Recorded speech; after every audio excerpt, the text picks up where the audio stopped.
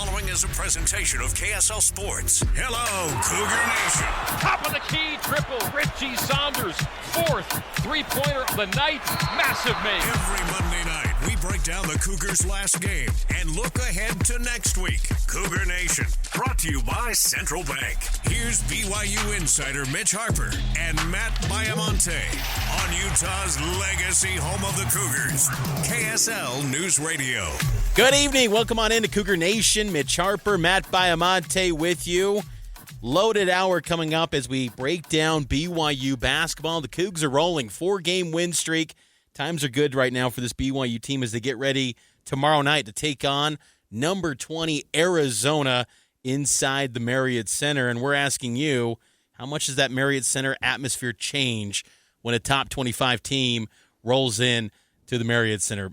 We'll bring in Matt Baiamonte now. And Matt, these are good times right now for Cougar Hoops, and they're also good times for us because Luka Doncic is a Laker, right? Wow. Man, that was a seismic trade of the NBA. But what BYU basketball doing right now, Mitch, is becoming seismic in the Big 12. They're moving up the standings. They've got a huge week ahead. You got to love the direction of this BYU basketball team. That we do, and let's break it all down right here in the takeaways. Cougar Nation, takeaways. Mitch and Matt analyze BYU's last week of play and what it means for the next week. BYU takes down UCF 81-75. You might think, yeah, UCF, that's not that big of a deal, right? Well, UCF's a quad one win. That's the Big 12. You know, teams that you would think their logo on the jersey doesn't register much thought, but UCF's been a good basketball team, particularly at home. They took down Texas A&M this year. They won a game at Lubbock against Texas Tech. So BYU took down that team 81-75 and got a coveted quad one road win. They're now 6-4 in Big 12 play, Matt. And, you know, what was some of your big takeaways coming out of this win for the Cougs? I thought this was the most impressive win of the season so far, considering the lack of contributions that you got from your two talented freshmen and Dallin Hall. Yegor Demon made his only bucket of the game. Now, it was a critical one. It was a big-time three late in the game, but you get 3 points from him. It doesn't feel like you got much in terms of just impact from him.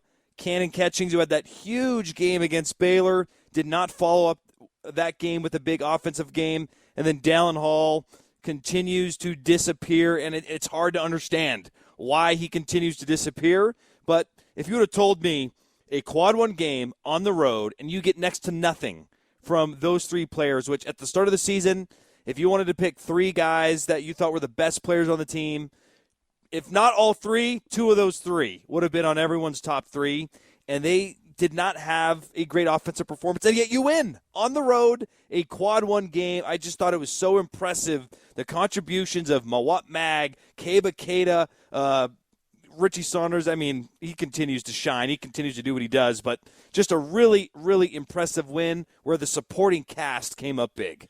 That they did, and that supporting cast, you mentioned him, Mawot Mag, who I think we heard 17 different pronunciations of his name during that broadcast. Mawot Mag! It's like, come on. Like, that's why I was prompted to then put on social media, hey, here's the pronunciation from Mawot himself. But he has become more than anything I would have ever expected from him in his one season at BYU. Remember, Matt, when he signed out of the transfer portal, you just thought he's a defensive guy. You never would have thought 19 points, 6 of 10 from the field, and then he adds 5 assists too. Yep. Kevin Young earlier today talked about the offensive improvements from Mawot Mag. In terms of Mawot's offensive contributions, I think he's really buying into how we're playing. I think he stripped away some of the inefficient shots he was taking early on, where he's really streamlined things in terms of attacking the rim. You know, I know he had 19 points last game, but him having 5 assists I thought was big too. His ability to put it on the deck, get to the paint, play off 2 feet, and kick it out for shots was a really good sight for me. Really impressive performance, Matt, and I think his maturity in that starting five, BYU, if we've noticed in recent games, feels like the Cougars are getting off to better starts. And, you know, you don't solely point it to one guy, but I think Mawot's helping out that cause.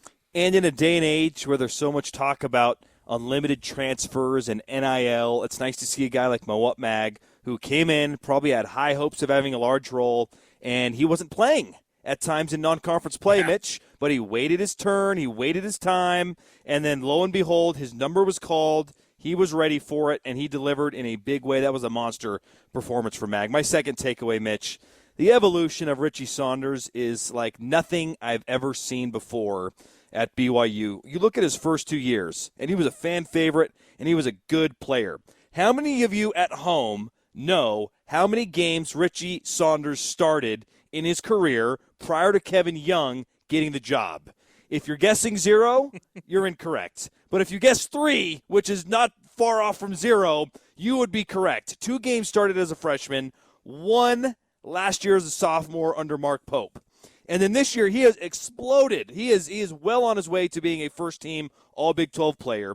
His three-point shooting numbers, and he was outstanding against UCF, Mitch. 6 of 9, making clutch buckets down the stretch. He's up to 45% from 3.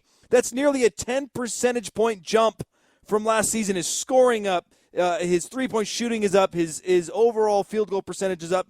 Everything is up.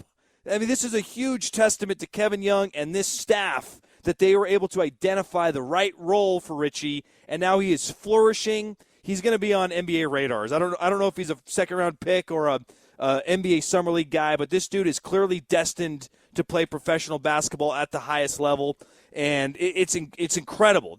Just think about last year. We all wanted him back when he went to the portal. No one in their right mind, including me, you, and probably Kevin Young. Maybe Kevin Young saw this, but we certainly didn't. First team All-Big 12, number 1 option on the team, leading the team in crunch time with clutch shot making. We did not see that last year at all from Richie, and for him to have become what he was a season ago to now, I can't think of any comparison from one year to another in the history of BYU basketball. It's unheard of. It's a testament to him and his work, and boy, is he fun to watch, Mitch. What's impressive, too, is that his stats got better in Big 12 play. When you focus solely on the 10 games in Big 12, they've all jumped up. He's third in scoring in the Big 12. He's number 1 in three-point field goal percentage, number 1 in three-point field goals per game.